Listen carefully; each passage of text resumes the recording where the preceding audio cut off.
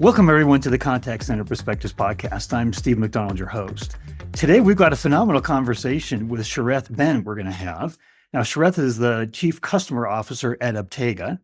You have worked in leadership roles at companies like Oracle, Sun Microsystems, PricewaterhouseCoopers, and you've got a unique point of view on customer success strategies at Fortune 100 companies. In fact, you look at it as everyone is buying change. You're deploying change. You're in the change management business.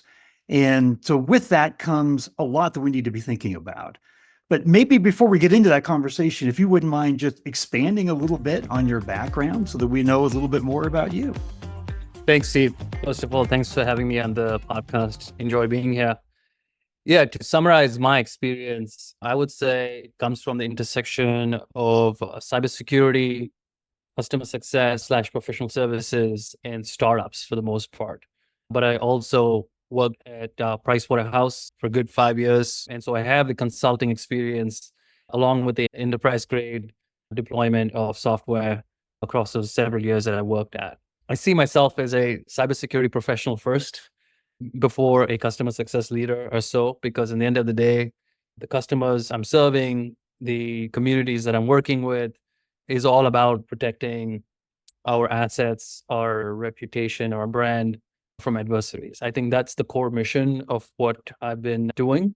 And so the way I do that is by helping customers basically extract value from the investments that they make in products and services at those various companies that I've worked at. Fantastic. That has a massive rub-off effect in basically anybody in a B2B business and a lot of technology companies where safety and compliance are huge components of the overall kind of buyer's journey and sales strategy. But if you wouldn't mind, you had said some things early on about breaking down silos, cross-functional collaboration at the starting point of how you think about customer success. Maybe let's start there with our conversation. Yeah, for sure. So before I address that point head on, I can give you a little bit of a background about how I had to figure that out, how I got that. So in order for me to answer that question regarding cross-functional collaboration, I'm going to take you back in time with respect to my enterprise experience that got me there. This was back in 2013 when Edward Snowden happened.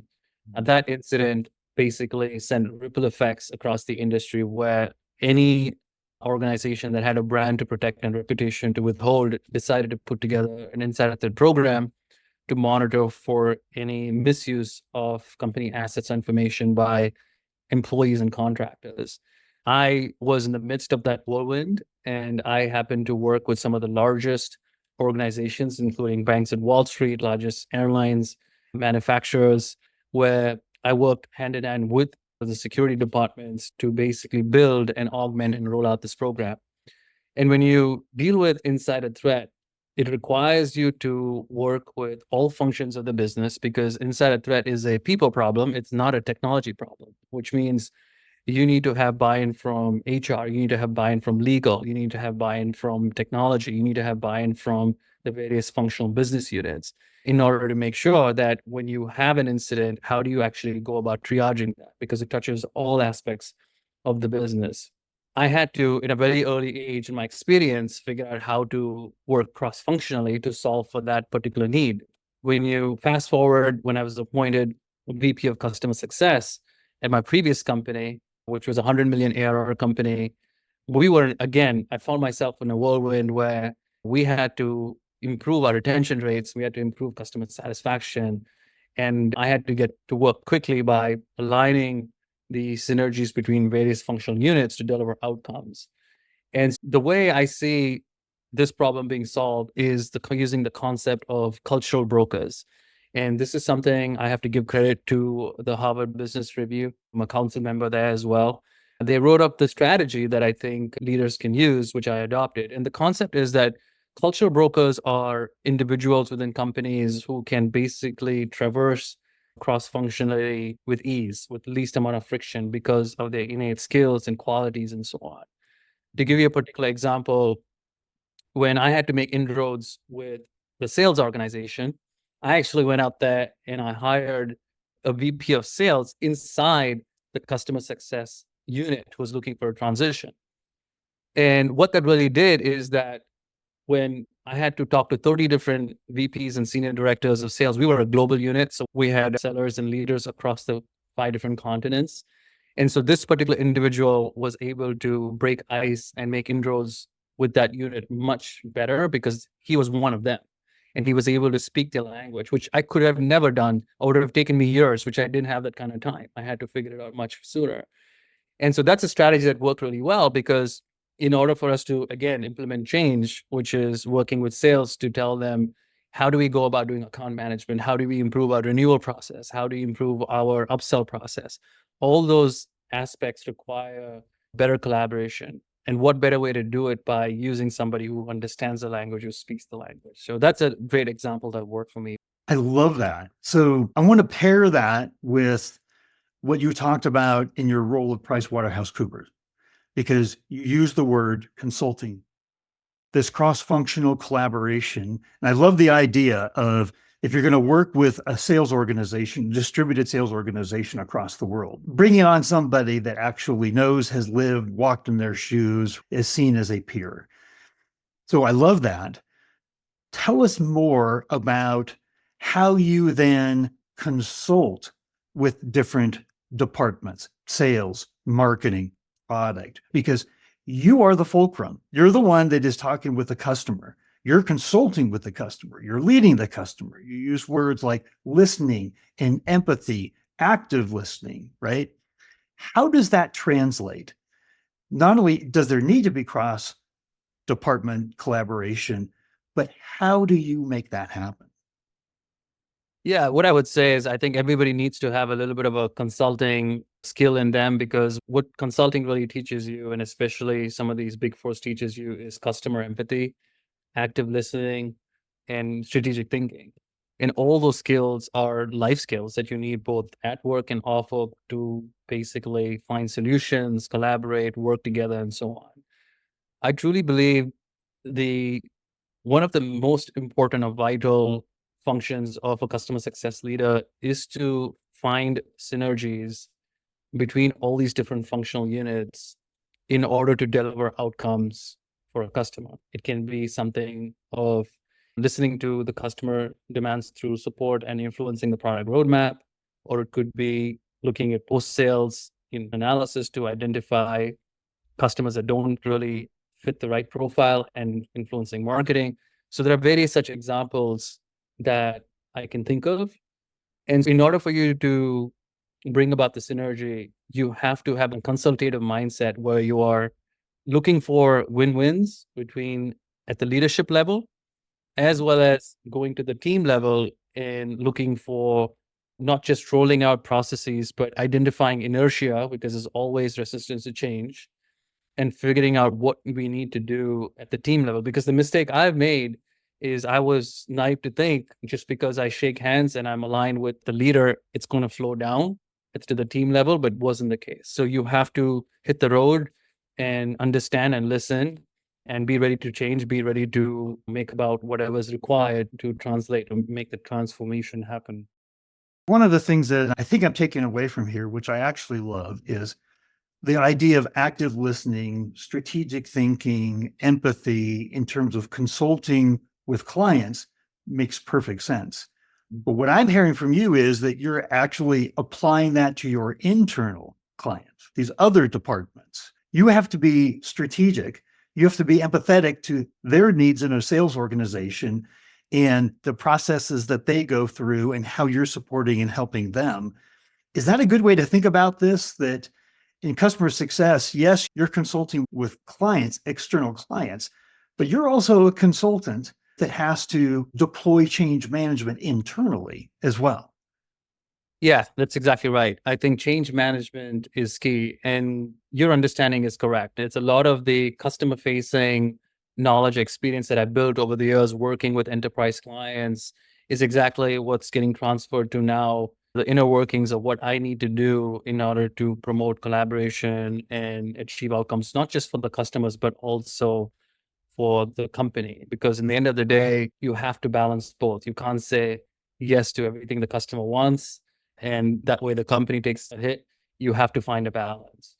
To give you another example, I would say when I was VP of customer success, again, in my previous role, what I found is that working in collaboration with engineering and product management is one of the most important things you need to do, even before you work with marketing and sales, because at the end of the day, you're trying to impact customer satisfaction through your product and your service and so on. And so we had challenges making inroads with the engineering department, because with engineering departments, they typically are technical people who tend to be less attentive to non-technical per se. So I had to identify a way to work with them and collaborate with them. I use a strategy called as an adhesive. An adhesive is a person who has a tendency to rally and bring people together, but is also competent, in this particular case, technically competent to work with the engineering department. So I picked the brightest CSM who understood the product really well. And I made that person the interface between us and the engineering team to basically amplify the voice of the customer with respect to reactive things that we needed to do to go fix the issues, as well as proactive areas of the product to influence roadmap. And it worked brilliantly. We were able to quickly get past the friction, get past some of the areas of challenges, and just stay focused and be occupied with what really matters, as opposed to being preoccupied with people challenges or communication challenges. When I'm hearing from what you're talking about is in customer success, you are in charge of one of the most important customer experience throughout the organization, how it's deployed with customers. But I'm hearing about how you are focusing on customer experience with your internal customers and creating a very easy way to interact, a way that they accept, that to them is they're interacting with their peers, they're interacting with somebody that's extremely knowledgeable. They know those people are focused on their problems and solving their issues. It's an experience that you're creating internally. Yeah, I think we have to get our internal engines running smoothly in order for us to basically operate in the outside world, because your customers will see the disconnects if you're not functioning cohesively internally. It happens all the time. And I really also think it's a responsibility of the CEO or the leader of the company to set the right tone and to set the right environment at the leadership level, so that we're not letting our egos, we're not letting our own inadequacies or challenges come in the way. And so let's just say you fix this at the leadership level, then it's a matter of how do you roll this down tactically at the team level. I do think companies that do really well remove the friction internally in their processes and how the handoffs and so on. And so they're not being preoccupied with challenges. They're just occupied with the challenges in front of them. I truly believe it is important to get your house in order before you start to just focus on the external items. I'm going to ask if you agree with this or you have your own point of view to add to it. But more and more, the analyst firms like Forrester and Gartner, they're talking about the companies today with so much more competition than we've had before, that one of the most important ways, and where technology, that the overall competitive advantage, the long-term sustainable competitive advantage that a company has is no longer reliant on product alone, because features, benefits, as soon as we come out with the latest, somebody else is going to emulate and copy that. So that the sustainable competitive advantage that makes it the most important competitive advantage for an organization is CX, is the customer experience.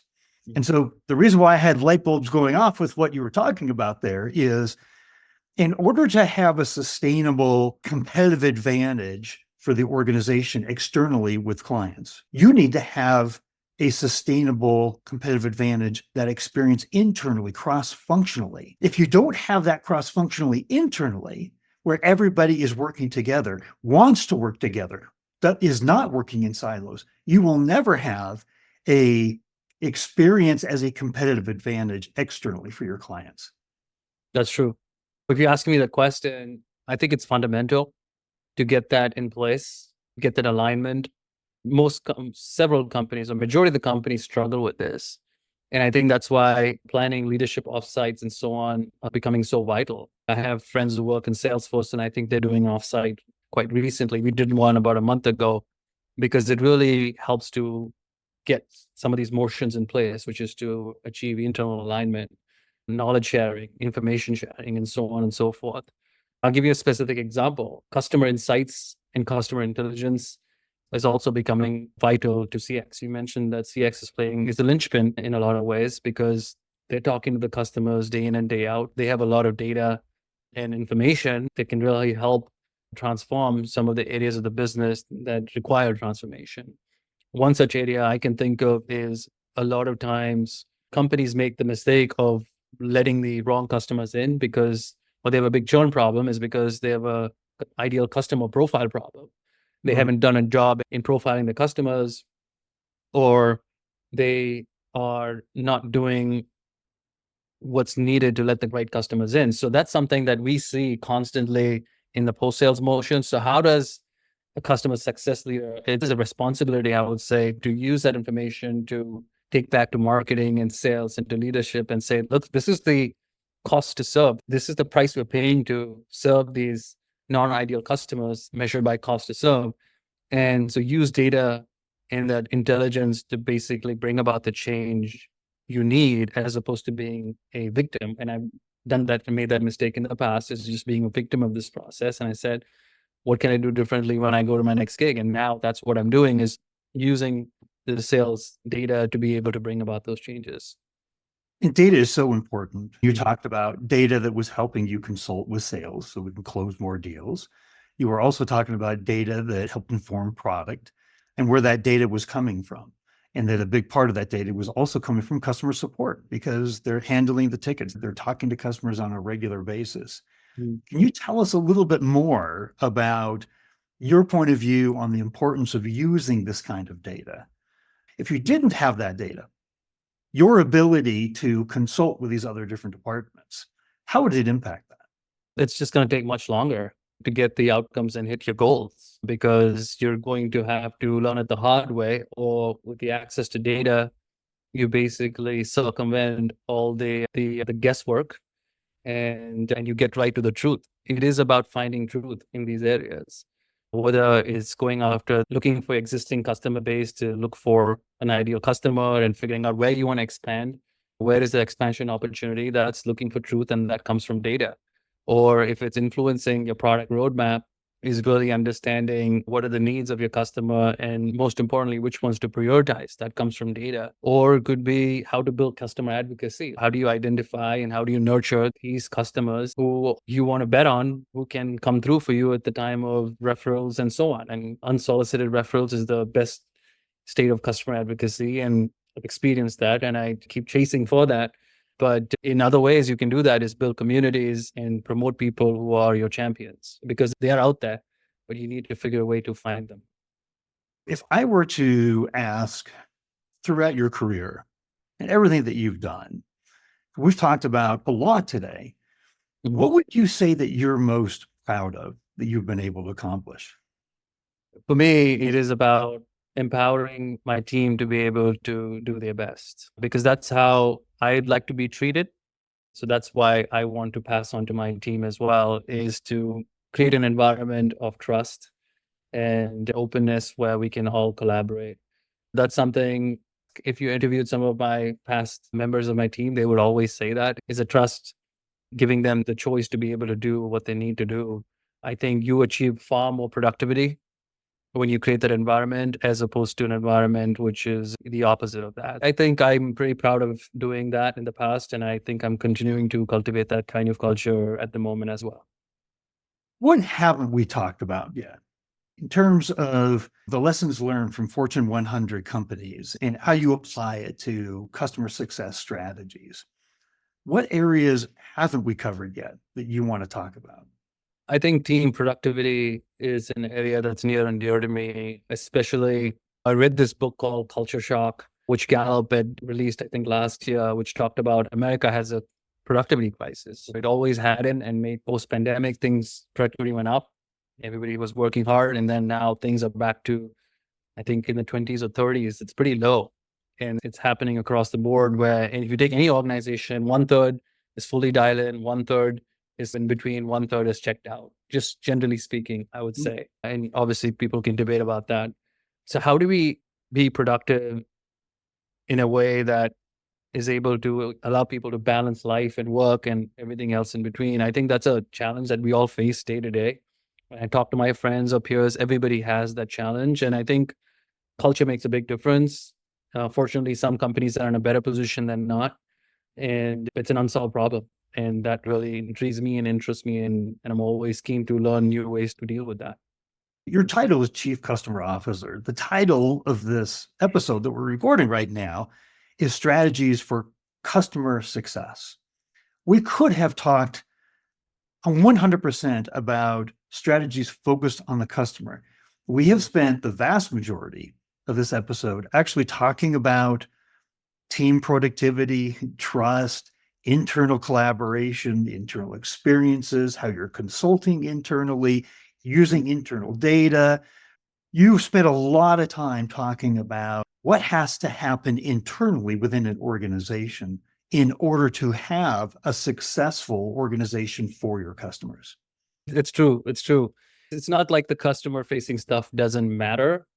But I think based on my experience, if you focus on the right things, the right thing to do internally, I think the rest of it will just take care of itself. That's what I believe in. I'm going to ask you for one last question here, and that is, across everything that we've talked about already, if there were one thing that other chief customer officers, chief experience officers, head of product sales, anybody who's listening to this right now, if there was one takeaway that you wanted them to have, what would that be? That's a tough one. I'm still learning, but I'll say this. When you are interfacing with your leadership or with your peers, data versus opinion, data always wins. I would say try to lead with data as much as possible in order to get your points across, in order to bring about the change, because lack of which, the effectiveness of what you're attempting to do is going to be diminished. Pay attention to the data, listen to the data. It's got a lot of things that you can take away from. You can really paint a picture. You can tell a story with data. And we remember stories.